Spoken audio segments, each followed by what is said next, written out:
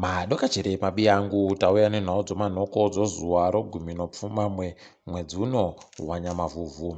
Nyasi mapurisa aburitsa umwe umboo panyaya yekuferefeta kwavari kuita kuurayiwa kwaMemori Machaya. Zvatonetsa kuti ipapa pazobuda masoko futi pokare okuti munhu akapfa uyu ndiMemori ba kwai Memori Machaya mupenyu atoripo. Hino mabi yangu kuti chokwadi ndochipi, ticharamba takaringa kuti vanenge vari kuti kudini, asi waburitsa apo kare kuti hatirarame mumberume ano makore 26 asungiwa achisungirwa kuponda pabodzipo nekubhinya iye Memori Machayayo. Ticharamba takaona kuti vanenge vachiita sei. Wabereka waMemoriwo wapiwawo dzawo mhosva pai pokare wakarambidza mutemo kuti uendere mberi pabodzipo nokuti waida kupereka mumwe mwana kuenda kumurume. Ticharamba takaringa iko zvinopererazvi, ticharamba takaisa ziso ipapo. Justice for Memory.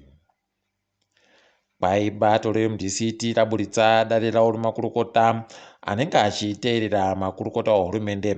Kwai makurukota aya 29 pabodzipo nemamwe 10 okumatunhu vanenge vachireketa zvinenge zvichiitiwa nehurumende pabodzipo nokuonawo kuti hurumende iri kuita sei. Hino mabi yangu kuti munozvionawo sei, asi ndizvo zvitoripo izvozvi. Ticharamba takaringa hedu sekare.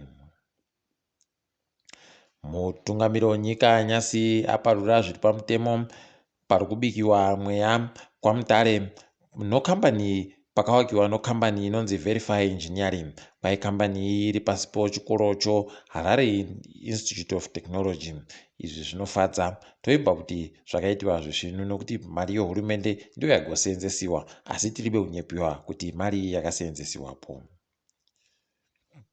Iwo waMunangagwa nyasi wagobudawo wari kuseka vanhu vemapato anopikisa vachiti mufariro wagoita wari kufunga kuti zvakaitika kuZambia zvichaitika pokare ino yedu mabi yangu. Zvinotorwadza apa chazotinakidza manje ndiwo wazoreketa pokare kuti kwai ndini ndagofonera Edgar Lungu kuZambia kuti abvume kuti ajiwa naye akaenda ichirema. Idi zvakatooma izvi, zvinokunda ngoma kurira chokwadi.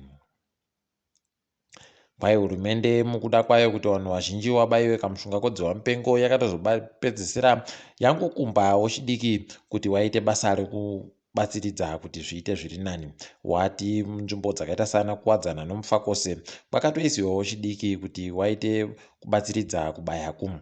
Idi tinoimba kuti zvakaita zviri nani uye zvicharamba zviita zviri nani. Kuno mumwe murume anga anetsa nokubhinya wanhukadzi anonzi Sam Ropa asungiwa achinzi mhosva yache yokubhinya vakadzi vanosvika 29. Zvinotorwadza nokuti ipapa munhu ano makore 30 apa kwai anogara iko kukwadzana. Zvinotorwadza izvi mabi yangu. Tinoimba kuti achakwanisa kusungiwa achigopotsewa mujeri vachibva wataya nomakii acho kuti areke kugoburika pokare. Zvinorwadza mabi yangu kuti anenge achida ivhu kureketa kuno anokutadza kutoriboya. Ipapa kwai vanhu vanosvika zviuru 250 chaiwo wakatomirira kuti wapuwe ivhu nehurumende. Apa kuri kunzi pachiribe nomapuraziyo, asi mapuraziyo kuti tipe wachena nokuwabhadhara tinovasayaba. Zvakatooma izvi mabi yangu. Zvinondoratidza kuti tiri kuita chiendebenuke uye kuenderera mberi. Kubiwa kunoita goridhe munyika kwatotsvitsvidza zvokuti makore 5 apfuuraya kambani yeFidelity yaringitsa kuti goridhe riri kuuya kwairi riri kuramba richindoshomeka ipapa. Zvinotorwadza izvi, togara tichireketa kuti dai hurumende yaita tusvinu zvarekawo kuramba zvidari. Hino kuti zvichatetekewa chere.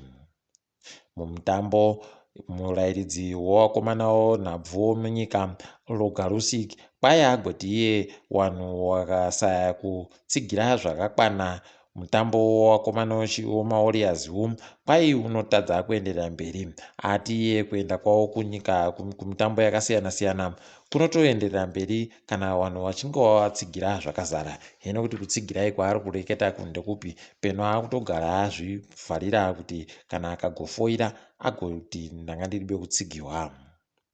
Tiri kufara kuti Zimbabwe kwai ndiyo ichaita nyika ichatambiwa mutambo yekiriketi yonyika dzirikuda kuenda kumutambo yepasi rese yekiriketi yevanhukadzi. Zvinotofadza izvi, tiringe dziri kuitika pasi rese. South Africa yati kubva mangwana wechidiki wese kubva pamakore 17 kuenda mberi wakukwanisa kuenda kobayiwa kamushonga kodzihwa-mupengo. Iri danho ratofadza vazhinji wanga wakamirira kuenda kobayiwa. Kabayiwei mabiya angu. Burkina Faso kwapfurwa vanhu vanosvika 41 vachipfurwa nevapanduki wechiJihad. Zvinotorwadza izvi mabiya angu. Toramba tichindoti mweya yavo izorore murugare. KuAmerica areketa muimbi akutanga kuedziwa kumatare dzimhosva. Tamirira kuti tigoziva kuti nyaya yacho ichange ichienda sei uye achagopiwa mutongo wakaita sei kana akabatiwa nemhosva. Ticharamba takaringa tigokunyepai pokare.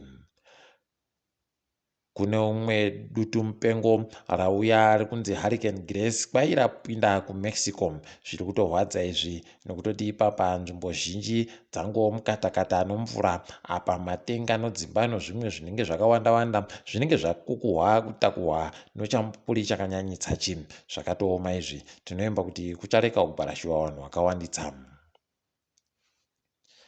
Kambani inonhadzira dzimotika yoToyota yati iyo yakumbomira kunhadzira dzimotika dzakawanditsa zvokuti pagore yakuda kunhadzira bedzi zviuru 540 odzimotika kubva pazviuru 200 pasi rese.